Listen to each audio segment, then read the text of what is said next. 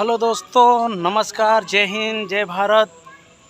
मैं प्रकाश शर्मा ब्लॉग में आप सबका हार्दिक स्वागत करता हूं और आज आपको हिस्ट्री ऑफ रिलीजन, मैं आज उस जगह पर हूं जिनके ऊपर बहुत विवाद उठा, कानूनी कई तरह की कार्रवाई भी हुई, पर हिंदू धर्म और हिंदू संस्कृति के लिए उन्होंने बहुत बड़े बड़े काम किया है।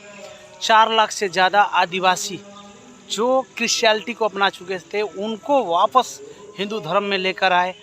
मैं बात कर रहा हूँ पूजनीय संत बापू आसाराम जी के बारे में मैं बात कर रहा हूँ। मैं आज इस आश्रम का आपको कोना कोना घुमाने वाला हूँ, तो चलिए मैं आपको लेकर चलता हूँ एक विशाल कुटिया में, आश्रम में। ये लगभग 70-80 एकड़ में फैला हुआ है, इतनी बड़ी है। यहाँ गौशाला है, यहाँ पर गुरुकुल है, ताप्ती के किनारे पर बसा हुआ आश्रम है, बहुत बड़ी आश्रम है। तो चलिए आज आप इसका पूरा शेयर कराता हूँ। मैं उम्मीद करता हूँ कि आप सबको अच्छा लगेगा। बीच में और कई चीज़ों के इन्फॉर्मेशन आपको दूंगा मैं।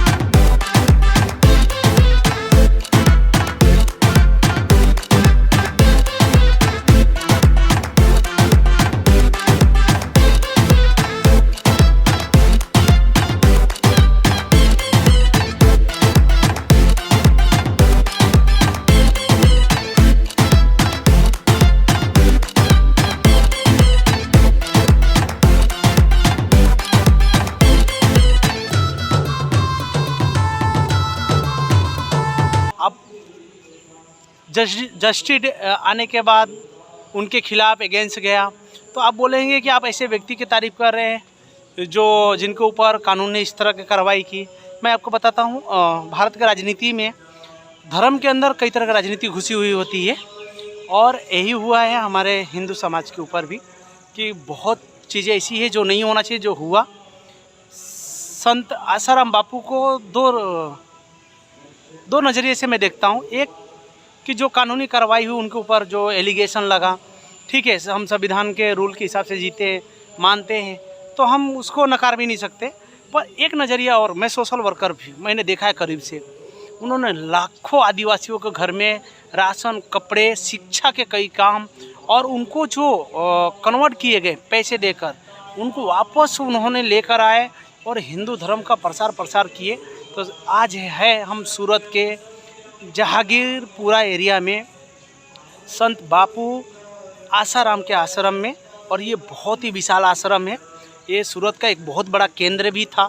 अभी फ़िलहाल 5-6 सालों से कई तरह की चीज़ें हैं कि उनके अगेंस्ट गया जस्टिस, तो उसके वजह से काफ़ी लोगों का आना जाना कम हुआ है। और हिंदू समाज में एक कहावत है कि समाज सलाखों पर उठा कर रखता है, पर कोई एलिगेशन नेगेटिव लगता है तो समाज उतना ही तेज़ी से कट जाता है। और ये सच्चाई होना भी चाहिए। ये समाज के अंदर लगता है कि नहीं ये बुराई है तो समाज उसको एक्सेप्ट नहीं करता। हिंदू समाज की सबसे बड़ी खूबी भी है। पर राष्ट्र के ऊपर कई तरह की चीज़ें हैं उन्होंने परिवर्तित भी किया। राजनीति के बहुत बड़े केंद्र हैं गुजरात के अंदर में, मध्य प्रदेश के अंदर में और राजस्थान के अंदर, तो आसाराम बापू का नज़रअंदाज भी नहीं कर सकते। तो बहुत बड़ी चीज़ है।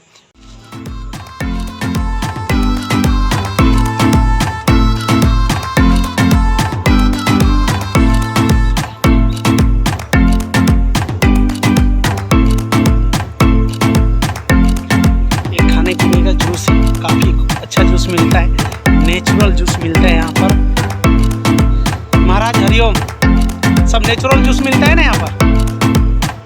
तो आप अगर जब भी आश्रम आते हैं, आपको खाने पीने की भी कई चीज़ें एकदम फ्री है। थोड़ा कॉस्ट लगता है क्योंकि आश्रम है और कोई भी संस्था तभी चलती है जहाँ वहाँ अर्निंग हो, और संस्था को चलाने के लिए भी इनकम की ज़रूरत पड़ती है। तो आप देख सकते हैं यहाँ पर नेचुरल मिलेगा आपको।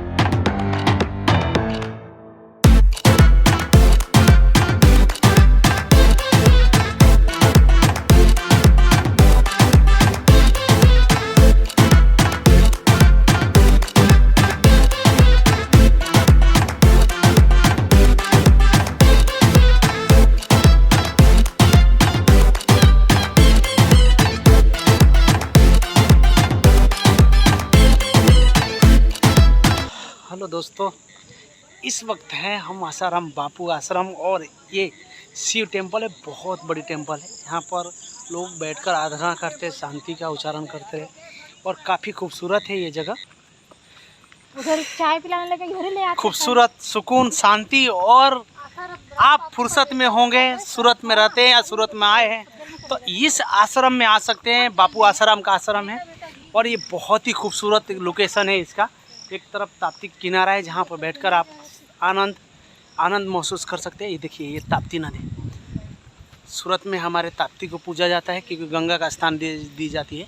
तो आप यहाँ जब भी आना चाहते हैं, आएंगे आपको तो बहुत ही सुकून से, वातावरण बहुत खूबसूरत मिलेगा। ये देखिए, ये पूरा यहाँ पर ये टेम्पल है, और एकदम ताप्ती के किनारा ही है। ये बहुत बड़ा जहांगीरपुरा एरिया के अंदर है, और ये बहुत बड़ी आश्रम है। आप सोच भी नहीं सकते इतनी बड़ी है। और ताप्ती के किनारा होने की वजह से यहाँ पर आपको शांति सुकून दोनों महसूस होगा। बहुत बड़ी टेम्पल है। खैर, पहले लोग यहाँ रोज़ का 5-6 हज़ार लोग आते थे एवरी डे इस आश्रम में।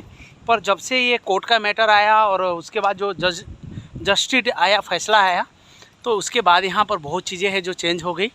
कहते हैं कुछ चीज़ें हैं, जब कोर्ट ने उसको जस्टिफाइड किया है, तो हमारे देश के अंदर कोर्ट का महत्व बहुत बड़ी है। उसके हिसाब से भी लोगों को लगा कि नहीं, कई चीज़ बाइकआउट किए बड़े तौर पर। लेकिन जिनका आज भी आस्था है उनके साथ, वो लोग आज भी जुड़े हैं, वहाँ आते हैं। ये ताप्ती नदी आप देख सकते हो उफान पर है, बहुत ही ज़बरदस्त भरा है क्योंकि पानी, बारिश, बहुत भारी बारिश हो रहा है साउथ गुजरात के अंदर में, और लंबे समय से हो रहा है। तो इसके लिए भी अगर आपको लगता है कि नहीं, आप सूरत में हैं, सूरत के रहने वाले हैं, सूरत में नए हैं या कारोबार के हिसाब से सूरत में आए हैं, तो आप रांदेर एरिया में पड़ेगा, जहांगीरपुर एरिया पड़ेगा, ये उस इलाके में है। और इससे पहले आएगा अस्कोन टेम्पल आएगा, टेम्पल के बाद में ये आता है। अगर आप यहाँ आते हैं तो सुबह में भी खाने का पूरा व्यवस्था होता है।